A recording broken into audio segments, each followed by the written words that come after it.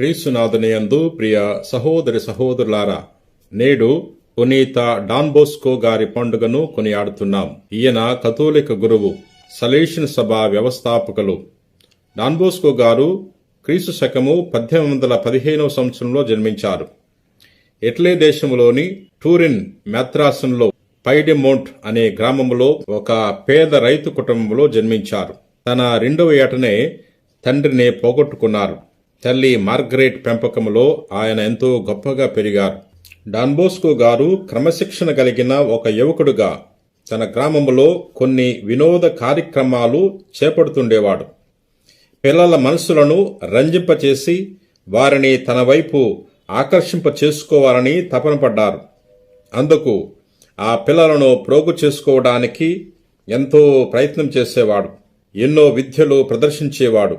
2 కొయ్యలకు మధ్య బిర్రుగా తాడు కట్టి దానిపై నడుచుట, ఇరుకైన ఇనుప రింగలలో శరీరమును దూర్చుట, రకరకాల పిల్లి మొగ్గలతో చప్పట్లు కొట్టించుట, కాగితం నమిలి మ్రింగి పిదప త్రాడుల పొడవాటి కాగితం నోటి నుండి తీయుట, రకరకాల నీడబొమ్మలను గోడపై లేక తెరపై పడినట్లు ప్రదర్శించుట, వ్రేళ్లతో చిత్ర విచిత్ర లెక్కలు చేసి చూపుట చేసేవారు. ప్రియ సహోదరి సహోదరులారా, ఈ ప్రదర్శనలు ఉత్సాహముతో చూసి ఆనందించిన పిల్లలు యువకులందరినీ మెల్లగా దేవాలయముకు నడిపించుకుని పోయేవాడు. అక్కడ బొమ్మలు, కథల రూపములో దేవుని గూర్చి చెప్పేవాడు. జపాలు నేర్పించుట, జపమాలు చెప్పుట, సువార్త పఠనం చేయుట, ఉత్తమ జీవిత లక్షణాలను బోధించుట చేసేవారు. ఈ విధంగా తాను కూడా ఆత్మ సంతృప్తి పొందేవాడు. క్రైస్తవ విశ్వాస గొప్పతనాన్ని తెలియచేసినందుకు తాను ఎంతో సంతోషించేవాడు. ప్రియ సహోదరి సహోదరులారా, తన 16 ఏళ్ల ప్రాయంలో డాన్ బోస్కో గారు చైరీ పట్టణంలో ఉన్న సెమినేర్లో ప్రవేశించారు. గురువిద్యను అభ్యసించి క్రీస్తు శకము 1841వ సంవత్సరంలో గురు పట్టాభిషేకం పొందుకున్నారు. నేటి సువార్తలో యేసు ప్రభు తన నోటి మాటతో గాలి అలలను గద్దిస్తున్నారు. ఒకరోజు యేసు ప్రభు తన శిష్యులతో పడవలో ప్రయాణిస్తున్నారు. ప్రభు అలసిపోయి పడవలో నిద్రిస్తున్నారు. అటువంటి సమయంలో అకస్మాత్తుగా పెద్ద గాలి, అలలు చెలరేగాయి. పడవ మునిగిపోయే పరిస్థితిలో ఉంది. శిష్యులందరూ కూడా భయపడిపోతున్నారు. పడవ మునిగిపోతే వారందరూ కూడా చనిపోతారు అని ఆందోళన చెంది ప్రభు వద్దకు వచ్చి ప్రభుని ప్రార్థన చేస్తున్నారు. ప్రభు, మమ్మల్ని రక్షించు అని వేడుకున్నప్పుడు ప్రభు లేచి గాలిని, అలలను గద్దిస్తున్నాడు. గొప్ప ప్రశాంతత ఏర్పడింది.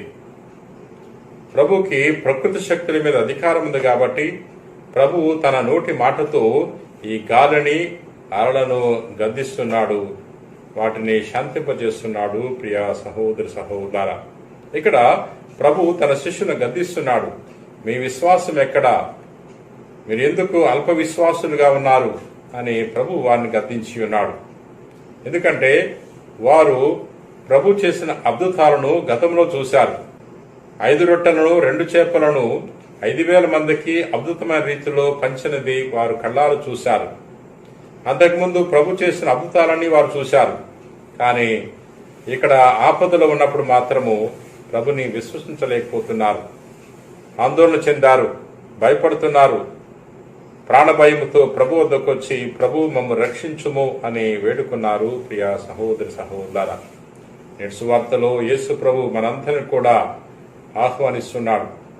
తనను విశ్వసించమని కోరుతున్నాడు. ఎవరెవరైతే విశ్వసిస్తారో అటువంటి వారికి విజయము అనుగ్రహింపబడుతుంది. ఎవరైతే ప్రభు మీద నమ్మకాన్ని ఏర్పాటు చేసుకుంటారో అటువంటి వారు ప్రభువు నుండి అనేక మేలు పొందుకుంటారు. ప్రియ సహోదరి సహోదరులారా, రక్తస్రావంతో బాధపడిన స్త్రీ ప్రభు యొక్క అంగి అంచును తాకింది. తన యొక్క రక్తస్రావము ఆగిపోయింది. ప్రియ సహోదరి సహోదరులారా, ఈ విధంగా ఎవరెవరైతే విశ్వాసముతో ప్రభు చెంతకొచ్చారో వారందరూ కూడా దేవుని యొక్క వరాలు పొందుకున్నారు. శతాధిపతి ఒకడు ప్రభు వద్దకు వచ్చి ప్రభుని ప్రార్థన చేస్తున్నాడు. ప్రభుకు నమస్కరించి ఈ విధంగా కోరుతున్నాడు, బోధకుడా, నా సేవకుడు ఒకడు పక్షపాతముతో తీవ్రంగా బాధపడుతున్నాడు అన్నప్పుడు ప్రభు నేను వచ్చి స్వస్థపరుస్తా అని తెలియచేశాడు.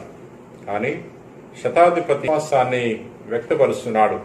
ప్రభు, నీవు నా గృహములో ప్రవేశించటానికి నేను యోగ్యుడను కాను. నీవు ఒక్క మాట పలికితే నా సేవకుడు స్వస్థుడవుతాడు అని తెలియచేశాడు. ప్రభు తెలియజేస్తున్నాడు, నువ్వు వెళ్ళుము, నీ సేవకుడు ఆరోగ్యం పొందుకుంటాడు అని ప్రభు తెలియచేసి ఉన్నాడు. శతాధిపతి విశ్వాసం వల్ల తన యొక్క సేవకుడు ఆరోగ్యాన్ని పొందుకున్నాడు. ప్రియ మిత్రులారా, మనం కూడా ప్రభు మీద విశ్వాసం కలిగి జీవించాలి. విశ్వసిస్తే సమస్తము సాధ్యమే. ప్రియ సహోదరి సహోదరులారా, ఈ రోజున ప్రభువు మనలను విశ్వాసములో బలపరచాలని వేడుకుందాం. ప్రేమ కలిగిన ప్రభువా, దయగిన సర్వేశ్వర, ప్రభువా, నేటి వాక్యం ద్వారా మాతో మాట్లాడినందులకు నీకు వందనాలు. ప్రభువా, నేటి సువార్తలో నీ కుమారుడు మా యేసుక్రీస్తు ప్రభు గాలిని అలలను గద్దించి శాంతింపచేసి ఉన్నాడు. తన శిష్యులు విశ్వాసము లేనందున వారిని గద్దించి ఉన్నాడు.